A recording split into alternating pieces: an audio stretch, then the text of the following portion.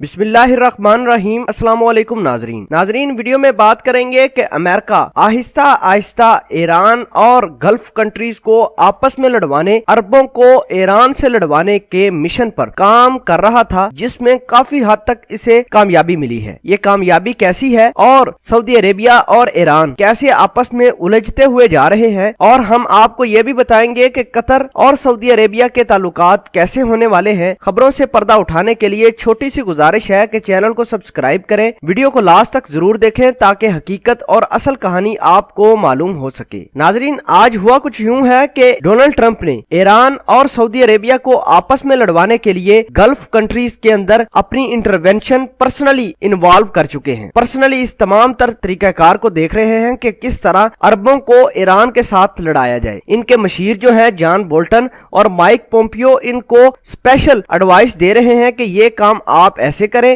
فلاں کام کریں، جس سے یہ دونوں ممالک خصوصاً ایران اور سعودی عربیہ آپس میں الجھ جائیں گے۔ آج ٹرمپ نے یہ اعلان کیا کہ ہم سعودی عربیہ کو $8.1 بلین کے اسلحہ ٹرانسفر کرنے والے ہیں۔ ابھی آپ کو یہ معلوم ہوگا کہ اگر کسی بھی قسم کی ڈیل کرنی ہو کسی پریزیڈنٹ نے امریکہ کے اندر، تو اس کو کانگریس سے بائی پاس نہیں کیا جا سکتا، مطلب کانگریس سے ان کو پرمیشن لینی ہی پڑتی ہے۔ لیکن امریکہ کے جتنے بھی صدر ہیں ان کے پاس ایک فیڈرل لا نامی پاور ہوتی ہے، اس پاور کو استعمال کر کے امریکہ کے صدر کانگریس کو بائی پاس کر سکتے ہیں۔ یہی وجہ تھی کہ 2015 سے کانگریس نے بین لگایا ہوا تھا کہ امریکہ گلف کنٹریز کو اسلحہ نہیں سیل کر سکے گی، خصوصاً سعودی عربیہ کو اسلحہ امریکہ نہیں دے پائے گا۔ لیکن ٹرمپ نے اپنی فیڈرل لا والی پاور کو استعمال کرتے ہوئے سعودی عربیہ کو $8.1 بلین کا اسلحہ ٹرانسفر کرنے کا حکم جاری کر دیا ہے۔ گلف کنٹریز کے اندر UAE، جارڈن کو بھی اس اسلحے کا حصہ دار بنایا جائے گا۔ مطلب یہ کہ اس ڈیل میں 3 ٹوٹل ممالک ہیں، جس میں میجر پارٹنر سعودی عربیہ ہے، اس کے بعد UAE ہے، اور تیسرے نمبر پر جارڈن نامی ملک ہے۔ ناظرین، امریکہ سعودی عربیہ،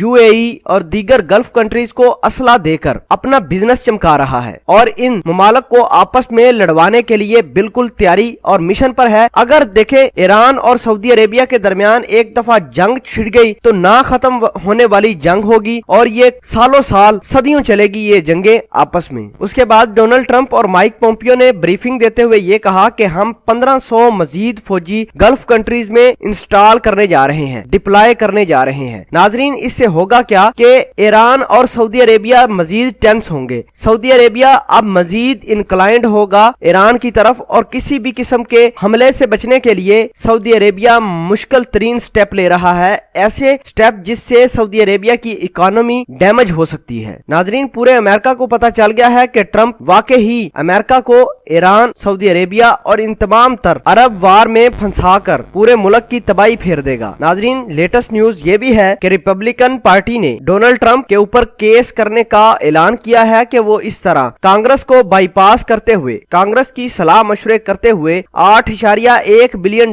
کا اسلحہ سعودی عربیہ، UAE اور جارڈن کو بیچ نہیں سکتے۔ ناظرین، آپ کو آگاہ کرتے چلیں کہ ٹرمپ آج پہنچ چکے ہیں جاپان میں، اور ایشیا کی سیکیورٹی اور دیگر چیزوں کے حوالے سے بات چیت کریں گے، حالیہ کشیدگی کے حوالے سے بھی بات چیت کریں گے جاپان کے اندر۔ جاپان جانے سے پہلے انہوں نے یہ تمام تر پوائنٹس کلیئر کیے۔ آپ کو بتائیں کہ جارڈن کا ایران کے ساتھ حالانکہ کوئی تعلق نہیں ہے، یہ آپس میں شروع سے ہی ان کے تعلقات اچھے نہیں، لیکن 1980 سے ان کے تعلقات اچھے ہونا شروع ہو گئے تھے۔ لیکن جب سے امریکہ گلف کنٹریز میں انوالو کر رہا ہے، اپنی انوالومنٹ یا انٹروینشن شو کر رہا ہے، تب سے جارڈن بھی ایران کے خلاف ہو گیا ہے۔ آپ کو بتائیں کہ جارڈن اور ایران آپس میں برادر ملک کے طور پر بھی رہتے رہے ہیں، ان کے تعلقات بہت اچھے تھے۔ بہرحال سعودی عربیہ اور ایران کو آپس میں لڑوانے والے اور ان کے تعلقات خراب کرنے والے امریکہ ہے۔ امریکہ اپنا اسلحے کا بزنس چمکا رہا ہے گلف کنٹریز کو بیچ کر، اور اس طرح ایران اور سعودی عربیہ